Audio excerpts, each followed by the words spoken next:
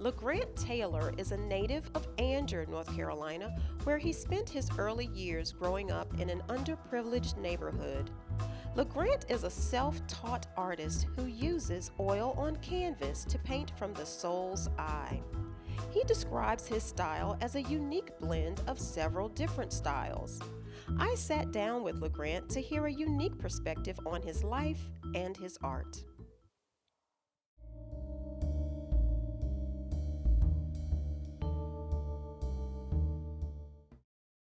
Okay, inspiration was developed. It was in the beginning of my painting career. I had an accident, and which butted my painting career. I got in a car accident, and I was sitting in a chair. Back was hurting, and I had back injuries from the accident. And the good Lord spoke to me. He said, "Go get a canvas and go get some paint and start painting." And of course I was like, what is this speaking to me, you know? And so when I was out, I had gone to a doctor's appointment. I stopped by the paint store and I picked up some paint and picked up a canvas. And I came back and I got me a camera tripod and taped the canvas to the tripod and started painting. So how old were you when all this occurred? I was 40 years old. So you did not start painting professionally until you were 40. Till 40, yes. Wow. And I think you maybe had one art class in Yeah. your life? One art class in junior high school, which was in the 8th grade, up under the leadership of Robert Dunning. And took another class in 9th grade under Susan Warlick, and that was at North Garner Middle School. And never oil painted day in my life until I had actually did a oil painting when I was a kid, paint by numbers, and I just was afraid of oil painting because I didn't like the way to paint. When you paint by numbers, you're basically painting in little blocks and that's it. And I wanted to see more of the definition and the blending and how you get depth with the shadows. And so started, and it started to develop.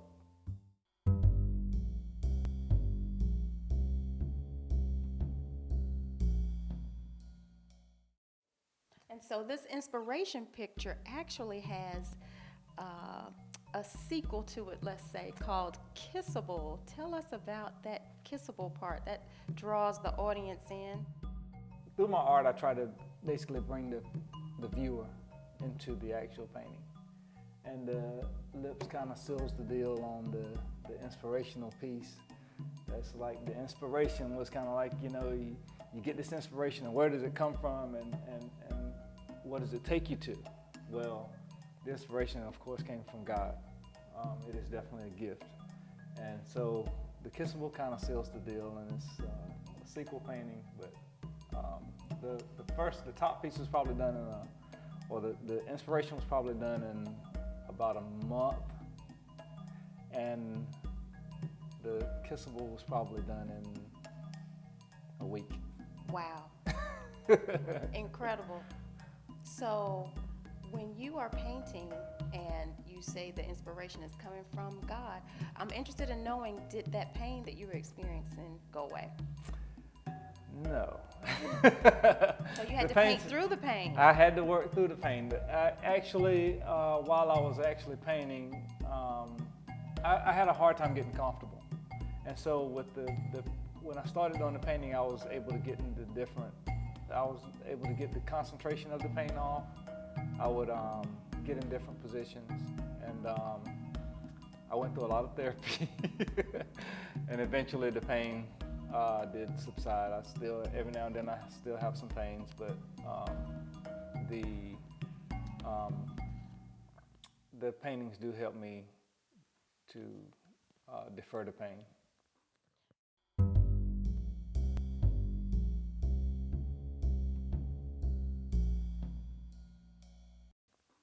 One of my favorite paintings of yours is called No Looking Back. K-N-O-W, No Looking Back. And When I was going over your biography, I saw where you attended Shawan College, now Shawan University in Murfreesboro. Murfreesboro. And I'm from that general area, so this painting reminds me of home. And it looks like a dirt road, Uh-huh. very Long dirt rural road. area. Tell us about the scripture that goes along with this painting. For I know the plans I have for you, declares the Lord. Plans to prosper you and not to harm you. Plans to give you a hope and a future. So is that what this painting is saying? Yes. No looking back. It's a timeless piece. There's nothing in there to put a focus on time. Everybody's there. Your aunt, your uncle, your grandma, your younger cousin, your older cousin. And that's what I was going to say. The people in the picture, I don't even want to call them characters because they look like people that we might know. And they remind me of people that were in my church, for instance, that I grew up with. And those were endearing people. And that's what it gives a very warm feeling to the picture. It is. And it's about the knowledge of the past. It takes you back to things that I always use the scenario of the hot stove scenario. No looking back can be taken two different ways. It can you go through some bad things, and you go through some good things. The bad things, if you don't learn anything good out of the bad things, then you missed it. And so that's what it's all about. It's about the hot iron theory. You touch it, you get burned, you go back. Do you touch it again? I don't think so. Hopefully not, right? So, but we all have gone through some bad things in our past. We've gone through some good things. I find that the elderly people look at it and they can really reflect back on the different things we've gone through down the road. Civil rights movement is what I really look at a lot of it, slavery. But also I get folks of other nationalities that look at it and they can see something within that painting that draws them into it, and they feel like they're right there, and I've been there, and I've gone here, and I've done this, and I can move on now, which is the big purpose of no looking back.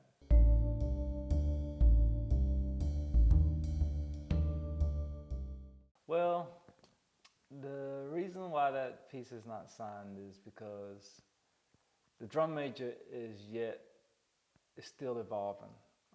It's been one of my hardest paintings. I started getting into the drum major and I was like, oh man, this is just wonderful. And the drum major is the Helping Hand Mission guy that comes down in the parade. And yeah, because I thought it was A&T at first. I get that all the time. And so this guy, he's a drum major and he's doing his thing, and I notice every year in the Valley Christmas Parade, the Helping Hand Mission guy comes by and he's drawing the crowd and everything's falling. And one thing that has always intrigued me about the drum major is what Martin Luther King Jr. said about be a drum major for something. Tell him I was a drum major for justice. Yes. And so as you look at this piece, there's no people in back of him. So as he's walking down and he's doing his drum major, whatever you are, you're a drum major for something. Right. And so as he's walking, he's drawing these people into him, into his calling. Mm-hmm. And he's spreading a little bit of this, spreading a little bit of that. And so it trickles into their soul. Yeah. And they have that with them that they have to carry in, which I guess goes back to wisdom. Yes, definitely. Well, that cape on this particular painting grabs my attention first. Was it designed to do that? Because yes. That's the first thing I started concentrating yes, on.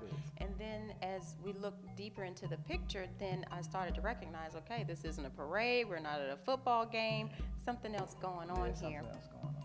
That's one of the things that seems to stand out in a number of your paintings that at first, when I look at it, it seems like the obvious comes out, and then there's so much more behind it. So it's really wonderful to be able to have you talk to us about what's actually going on. Now, can we talk about your signature? On yes, different ones of these, course. I see script, and on some of them, it looks like it was just printed, handwritten, just printed. So tell us about the evolution of your signature.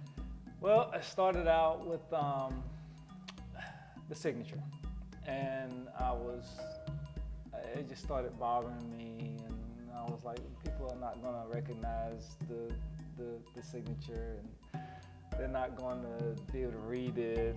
And then as time goes on, I said, well, I'll start scripting it. And so I started printing it. So I printed it, and I liked it, and it just started wearing on me. And someone brought it to my attention. They pulled me to the side and they said, I want to ask you about your signature.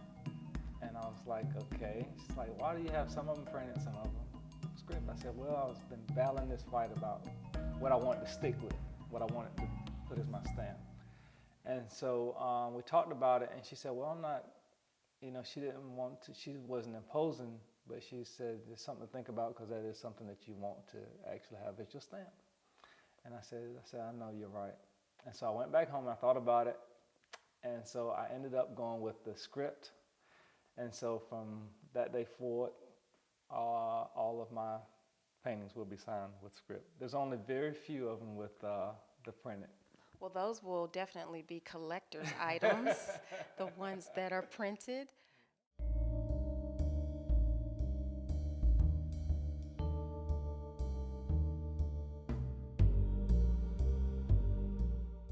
One of these paintings looks a lot different from all the others. The name of it is Shout. Shout. Now, tell me what's behind the Shout picture. I got up one morning and I had this pain in my chest. And I reached over to turn off my alarm clock, and something said, take your hand back. And so I took my hand back, and so I slowly did it again, and I felt this sharp pain in my chest, and I told my wife, I think I'm having a heart attack. Well, got up and went into my bathroom, and I leaned over my sink, and I told her, I said, I got a pain in my chest, and I think I'm having a heart attack. And so she said, go back and get in the bed, and I'll be right out. She was in the shower. And so I got ready to sit down on the tub, and whenever I did, I blanked out. The guy at the emergency room asked me if I had ever heard of sarcoid. And I'm like, no, what's sarcoid? And he says, well, you need to go and see a pulmonary guy and all this stuff. And I says, okay. So I go see the pulmonary guy. They do a bronchoscopy, and they go down and they get a piece of meat of your lung and they diagnose it and see what's wrong. So in the process of all this happening, we're waiting for the results. I'm in church and I'm sitting there, and the Lord speaks to me and he says, you don't have cancer. And I said, okay, because that's where everything was going, was leading to cancer.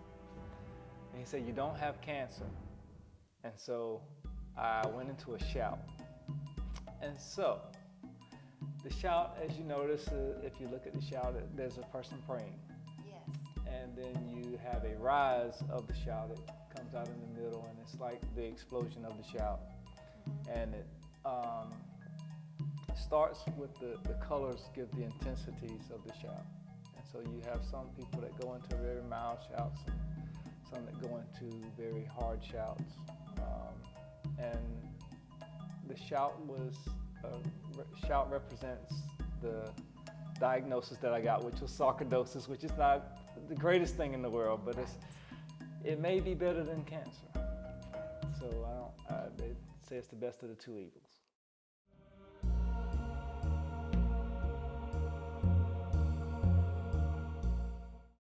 As a child, I was born with a birth defect. I was blind in my left eye. I can see light, and it's like I can't recognize anything. It's just I see maybe movement. It looks like somebody put some grease over a glass and just smashed it right in my eyes. What it looks like. It's nothing that I can identify. So I've often wondered about it, why I had it, and I couldn't play sports, and they took me out of sports, and they said you can't do this, you can't do that because of your blindness, which left me to say, okay, so you're handicapped. Okay, so I'm handicapped, but that doesn't stop the train from going. And so I think that from that gift, I can see a lot of detail that is there, and I think that's God's gift. I think that He put that in me to be able to go and see the deepest dark point of the shadow, the lightest point of where the where the light hits the object and bounces off. And if I had to say anything to anybody who was inspiring to paint, I would say, don't paint the picture, paint the detail. Wow. Because the detail is where the picture is. Right. Objects have shapes and sides, but light shows the beginning and the end. That's actually one of the things that stands out to me about a number of your paintings is the way that the light plays off of the detail. Yeah. And it's amazing that it's actually what one might term a disability is what helps to highlight that particular part of your paintings. Yeah.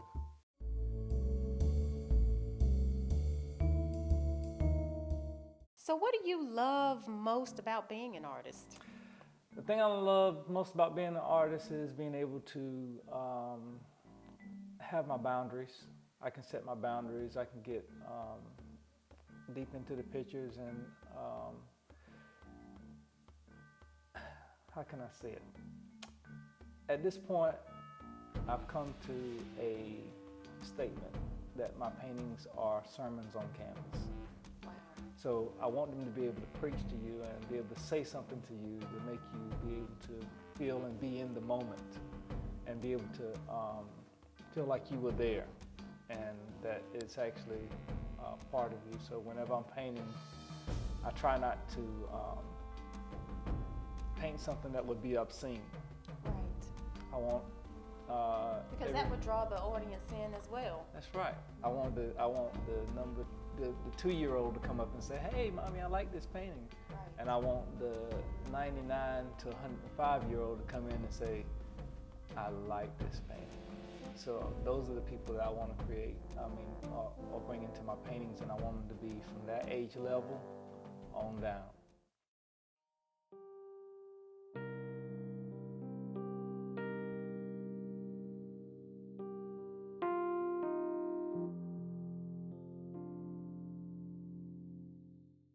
It appears that you've had to go through many storms even to continue painting. What about this? Isn't this painting called The Storm? And the storm is about going through anything you go through in life, it's a storm. You're either going in a storm or you're coming out of a storm. True. And that's what this one speaks about. It's a helpmeet for a lot of people with. My focus on this one was probably breast cancer, and I featured the ladies in there.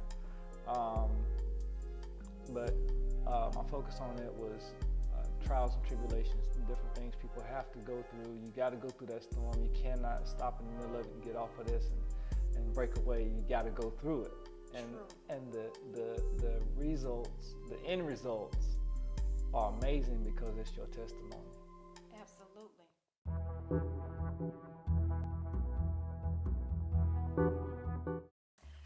What impact do you think technology has had on visual art creativity? Oh my goodness, I'm glad you asked that question. Because that's kind of where things are going. Yeah. That's a fight with me on the side of selling. That's one reason why I try to paint things that I feel like everybody would want to see and somebody want to be a part of. I think that people are getting away from printing and they're going digital. Right. Which makes it real simple to capture and steal and bootleg and do all kinds of things with paintings. It kind of disturbs me because I'm a printer by trade.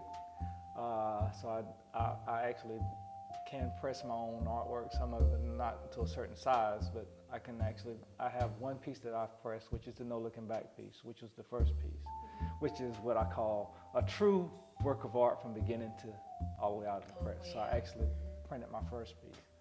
But I think that the printing industry is really getting hurt by the digital tools that they have out there now.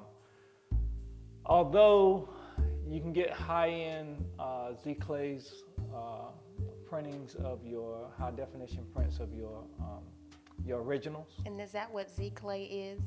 Z-Clays are a type of printing that is the closest they have of a reproduction of your original.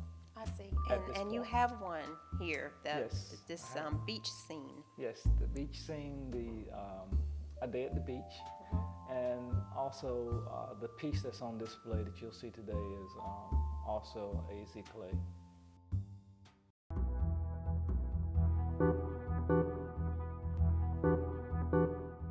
Well, I think my price range is probably around $1,500 for an original on up to the front pew, which is I would consider the masterpiece of the masterpieces. And that's this one right here. Yeah, that's the one we're working on right now, and the front pew could probably, if someone gave me $8,500 for it, I'd probably cry like a baby.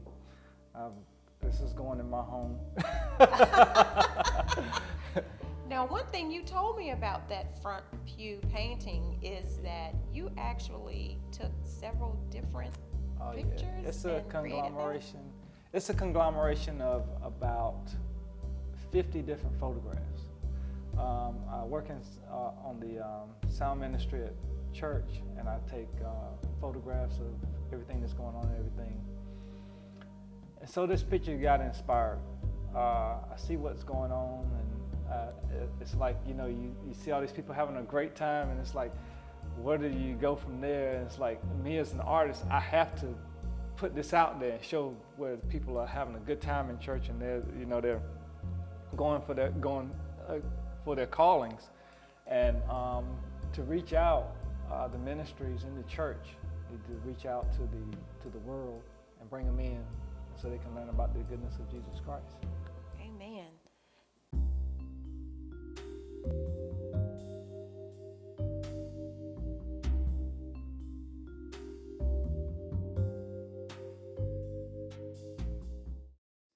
Ivy Hayes is one of the guys that is giving me some good inspiration right now. I looked at his stuff, and I'm anxious he just passed away, but his work is so lively, and I think that his passion, the way he felt his passion, is kind of like the way I feel my passion. He really loved to paint, and he if you know the story of Ivy, or if you don't know the story of Ivy, he got arthritis in his right hand so bad he couldn't paint, so he learned how to paint with his left hand. Wow. So that is so inspirational to me, that he had the passion. God was speaking to him. He had to do it. He had no other choice.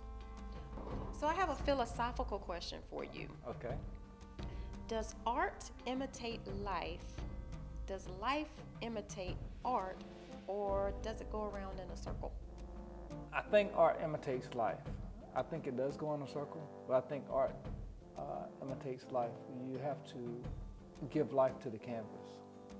And if the canvas don't speak to you, it's not art to me. I mean, I have to, whenever I walk up and I look at other people's art, I get inspired by works of Ernie Barnes. I get inspired by works of Larry Poncho Brown, Kevin Wack Williams. These guys have, whenever I see some of the things that they're doing, it amazes me.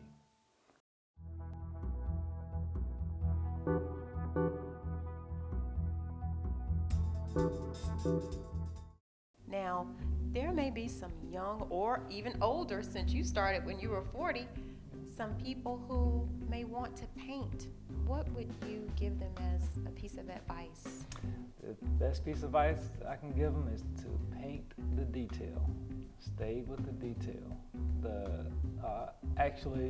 You can look at the figures and you can try to draw the figures and all that, but when it gets down and dirty to it, it's the details of you got a place, and if you draw it and it's flat, the only way to make it live is to put some detail in it and to go in and get the detail and pull it out, and it makes the eyes sink into the canvas and make the eyes pull out and the noses pop off of the canvas, and the wrinkles in the clothes, and all that's detail. It's the expressions. The expressions are not necessarily just the eyes, but it's the way that the details of the way that the eyes are actually looking at things. What about your paintings as far as being able to obtain one of them, to own one of them? Where's your artwork on display? Right now, I have some artwork on display at Exotique. I'll be doing shows round and about. You can reach me on my website at legrandtaylor.com. And on there, you have information how to contact me, and we can talk about the pieces, or we can get you Z-Clay. I also have prints of my pieces, cards, and just different promotionals on them.